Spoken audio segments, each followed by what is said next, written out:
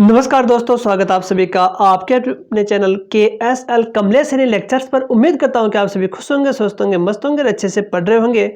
साथियों, RPSC first grade paper first के लिए अत्यंत महत्वपूर्ण आज का टॉपिक है, राजस्थान हिस्ट्री से रिलेटेड है। राजस्थान का प्रतिहार वंश फ्री यूट्यूब बैच के अंतर्गत RPSC first grade paper first का दूसरा जो एपिसोड है, दूसरा जो वीडियो लेक्चर्स है, वह है राजस्थान का इतिहास, जिसमें है राजस्थान का प्रतिहार वंश की आज हम चर्चा करने वाले हैं इस वीडियो में। तो साथियों, शुरुआत करते हैं आज की इस वीडियो की। जानकारी के स्रोत: मोहनोत नेणसी की रचना मारवाड़ प्रगनारी विगत जानकारी के प्रमुख स्रोत हैं। बाण भट्ट की पुस्तक हर्षचरित में भी इसका वर्णन मिलता है प्रतिहारों का। चीनी यात्री हेनसांग की जो पुस्तक थी CU की, इसमें भी वर्णन मिलता है प्रतिहार वंश का। जोधपुर का बोक शिलालेख, पुलकेशिन का ऐहोल अभिलेख में मिहिर भोज की ग्वालियर प्रशस्ति और देवली राधनपुर तथा करडाह अभिलेख से भी प्रतिहार वंश की जानकारी मिलती है। इतिहासकारों की विचारधारा साथियों, तो इतिहासकारों की जो विचारधारा है वह है क्षत्रिय। जब प्रतिहारों को गौरी शंकर ओझा ने क्षत्रिय माना है, प्रतिहारों को डॉक्टर गौरी शंकर ओझा ने क्षत्रिय कहा या क्षत्रिय माना है। जॉर्ज केनेडी ने इन्हें ईरानी मूल का बताया है। मिस्टर जैक्सन ने बम्बई गजेटियर पुस्तक में कहा है कि ये विदेशी हैं। जो गुज्जर प्रतिहार हैं, इनको विदेशी कहा गया है। कुषाण वंशी कनिंघम ने इन्हें कुषाण वंशी बताया है। खिज्रों की संतान डॉक्टर भंडारकर ने इन्हें कहा है। स्मिथ स्टेनफोनो ने इन्हें हूण वंशी माना है। और चंद्र बरदाई का जो पृथ्वीराज रासो है, इसमें इन्हें अग्नि कुल से संबंधित बताया है। अरब यात्रियों ने इन्हें जुर्ज कहा है। अल मसूदी ने इन्हें अल गुज्जर कहा है। भगवान लाल इंदजी ने इन्हें गुज्जर कहा है। महत्वपूर्ण तथ्य एग्जाम की दृष्टि से, तो साथियों, डॉक्टर RC मजूमदार के अनुसार प्रतिहारों ने 6वीं से 11वीं शताब्दी तक अरब आक्रमणकारियों के लिए बाधक का कार्य किया था। गुजरात प्रदेश से संबंधित होने के कारण इतिहास में गुज्जर प्रतिहार के नाम से इन्हें जाना गया था। वेरी इंपॉर्टेंट एग्जाम की दृष्टि से साथियों, ये टॉपिक, ये वीडियो लेक्चर से राजस्थान सरकार की सभी प्रकार की भर्ती परीक्षाओं के लिए समान रूप से उपयोगी है। गुजरात प्रदेश से संबंधित होने के कारण इसे इतिहास में गुज्जर प्रतिहार के नाम से जाना गया। प्रतिहार राजवंश महामारू मंदिर निर्माण वास्तुशैली का संरक्षक इन्हें कहा गया। प्रतिहार राजवंश को एग्जाम में क्वेश्चन आ चुका है। मोहनोत नेणसी ने प्रतिहारों की कुल 26 शाखाएं मानी है, जिनमें 2 प्रमुख थी, मंडोर व भीनमाल। गुज्जर प्रतिहारों की कुल देवी चामुंडा माता थी। आभा नेरी तथा राजौरगढ़ के कलात्मक वैभव गुज्जर प्रतिहार काल के हैं। वेरी इंपॉर्टेंट एग्जाम की दृष्टि से आभा नेरी तथा राजौरगढ़ के कलात्मक जो वैभव है, गुज्जर प्रतिहार काल के माने गए हैं। गुज्जर प्रतिहारों की जो शाखाएं हैं, उनमें सबसे प्राचीन एवं महत्वपूर्ण थी मंडोर के प्रतिहार। प्रतिहार का अर्थ होता है द्वारपाल। प्रतिहार अपने आप को लक्ष्मण जी का वंशज मानते थे।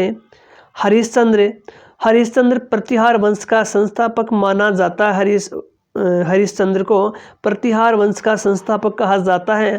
प्रतिहारों का आदि पुरुष कहा जाता है, मूल पुरुष कहा जाता है हरिश्चंद्र को। हरिश्चंद्र की राजधानी मंडोर मांडव्यपुर थी। उपाधि इनकी रोहिलादी थी। हरिश्चंद्र की उपाधि रोहिलादी। इनके 2 पत्नियां थी, एक ब्राह्मण तथा एक क्षत्रिय। क्षत्रिय पत्नी थी भद्रावती। भद्रावती के 4 पुत्र हुए, भोगभट्ट, कदक, रज्जिल और दह। रज्जिल की बात करें तो मंडोर के प्रतिहार राजवंश के संस्थापक थे रज्जिल। मंडोर के प्रतिहार राजवंश के संस्थापक रज्जिल थे। इनकी राजधानी मंडोर थी। कक्कुक ने गठियाला शिलालेख स्थापित करवाया। नरभट्ट हेनसांग ने इन्हें पेल्ली कहा है। वेरी इंपॉर्टेंट, नरभट्ट को हेनसांग ने पेल्ली कहा है। पेल्ली का अर्थ होता है साहसिक कार्य करने वाला। साहसिक कार्य करने वाले को पेल्ली कहा किसने? हेनसांग ने। नागभट्ट प्रथम 780 से 750 ईस्वी के मध्य इनका शासनकाल रहता है साथियों।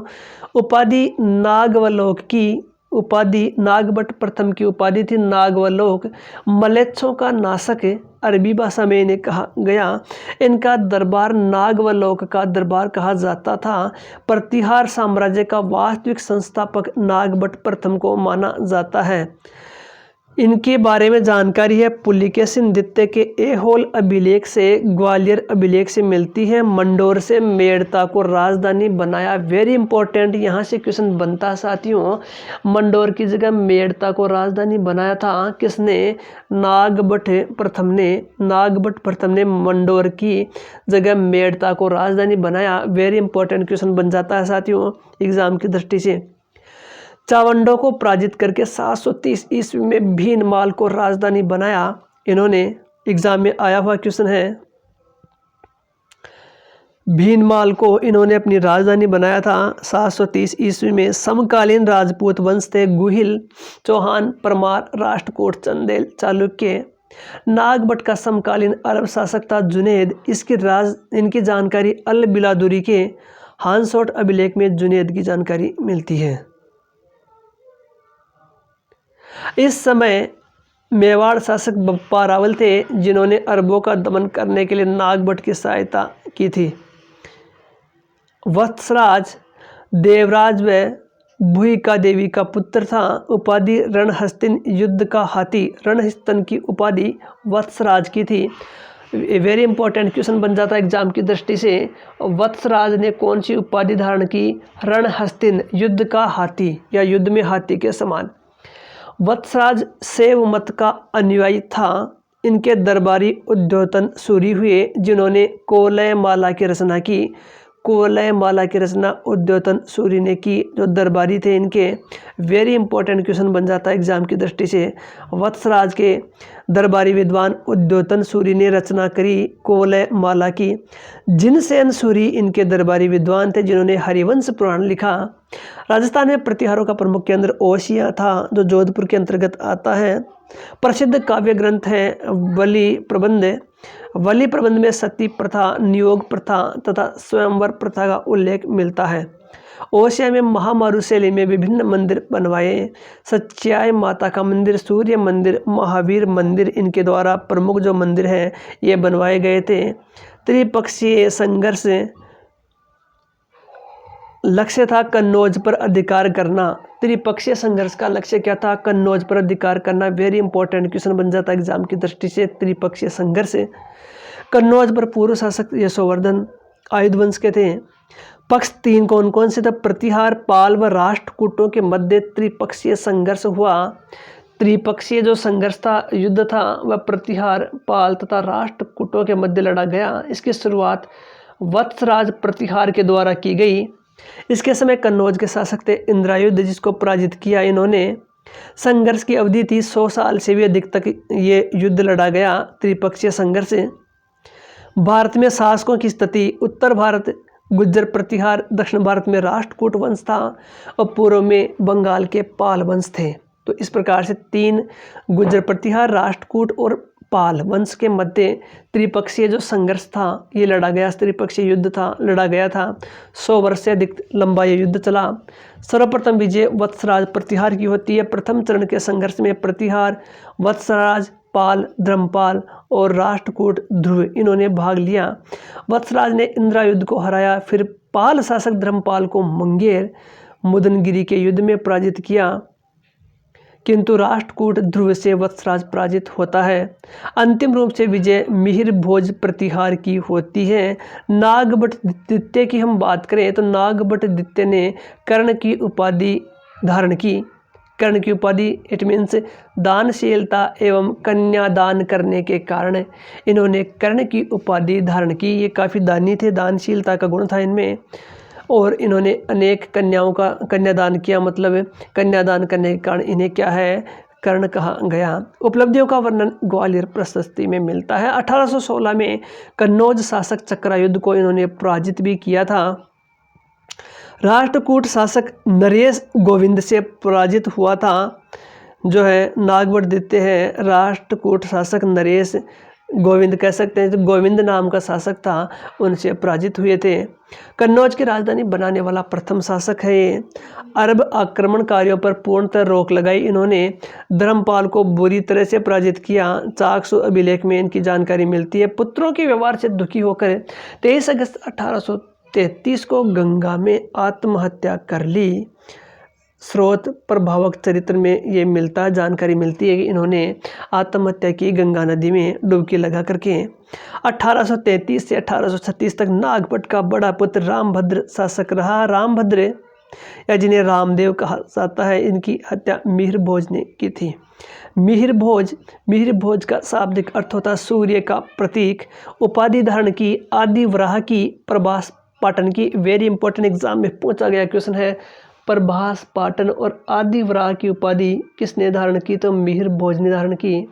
अन्य उपाधियां इनकी थी महाराजाधिराज परमेश्वर भोजदेवा। उपनाम अरबों का अमित्र, इस्लाम का शत्रु मिहिर भोज को कहा जाता है। वैष्णव धर्म के अनुयायी थे, वैष्णव धर्म को मानने वाले थे मिहिर भोज। इनकी रानी थी चंद्र भट्टारिका। प्रतिहारों का पितृहंता शासक ये कहलाया क्योंकि इन्होंने अपने पिता की हत्या करी थी। प्रतिहारों का पितृहंता मिहिर भोज को कहा जाता है। वेरी इंपॉर्टेंट क्वेश्चन बन जाता है एग्जाम की दृष्टि से। प्रतिहार वंश में सबसे महान शासक थे। ग्वालियर प्रशस्ति ग्वालियर दुर्ग में स्थापित की। मिहिर भोज ने दुम नामक चांदी का सिक्का चलाया था। अरब यात्री सुलेमान व कश्मीरी कवि कलहण ने मिहिर भोज के शासन व्यवस्था की प्रशंसा की है। कलहण की पुस्तक राज तरंगिणी, वेरी इंपॉर्टेंट एग्जाम की दृष्टि से। कलहण ने एक पुस्तक लिखी थी राज तरंगिणी। सुलेमान की पुस्तक किताब उल सिंध वल हिंद लिखी गई थी सुलेमान के द्वारा। मिहिर भोज ने विष्णु की सगुण व निर्गुण दोनों रूपों में पूजा की तथा विष्णु को ऋषिकेश कहा। उत्तर प्रदेश के बेग्रमा लेख में इसे संपूर्ण पृथ्वी को जीतने वाला बताया।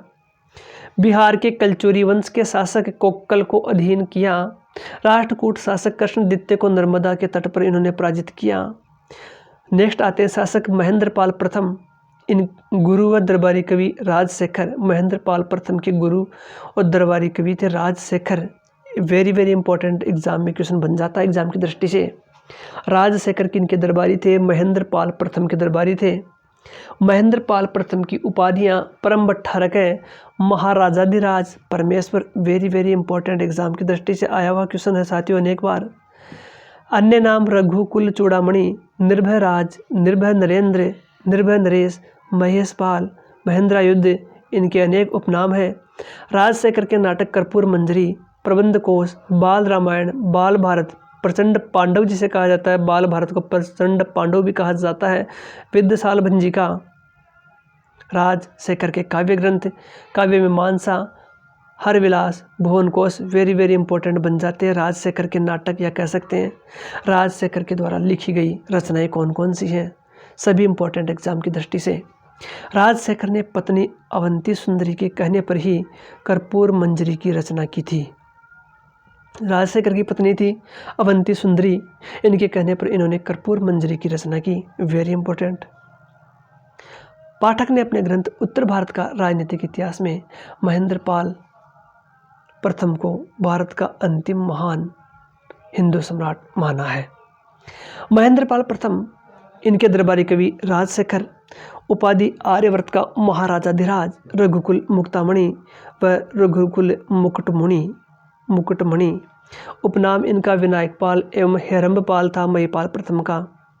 915 ईस्वी में अरब यात्री अल-मसूदी भारत आया। वेरी इंपॉर्टेंट एग्जाम की दृष्टि से अनेक बार पूछा गया क्वेश्चन है। अल-मसूदी है किनके शासनकाल में भारत आया? तो महिपाल प्रथम के शासनकाल में भारत आया। अल-मसूदी ने गुज्जर प्रतिहारों को अल गुज्जर व राजा को बोहरा कहा। प्रतिहारों का पतन इसी समय शुरू हो गया था। चंदेल नरेश हर्ष के सहयोग से कन्नौज का शासक बना। खजुराहो अभिलेख के अनुसार कलचुरी सामंत शासक भामन को भेजकर धारा नगरी पर अधिकार किया। इनके बाद विभिन्न शासक हुए। महेंद्रपाल द्वितीय, देवपाल, विनायकपाल द्वितीय, महिपाल द्वितीय, विजयपाल द्वितीय, राज्यपाल। ये इतने इंपॉर्टेंट नहीं एग्जाम की दृष्टि से। राज्यपाल इस समय महमूद गजनवी ने कन्नौज पर 1018 में अपना 12वां अभियान या कह सकते हैं आक्रमण किया मोहम्मद गजनवी ने राज्यपाल के शासनकाल में। डरकर राज्यपाल कन्नौज छोड़ करके गंगा पार भाग गया।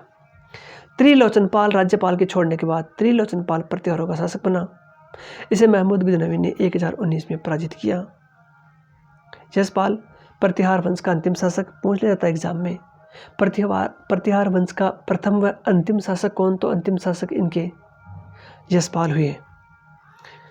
तो साथियों ये था हमारा गुज्जर प्रतिहार शासनकाल का video lectures. RPSC first grade paper first free YouTube batch के अंतर्गत हमारा आज का ये वीडियो लेक्चर्स था।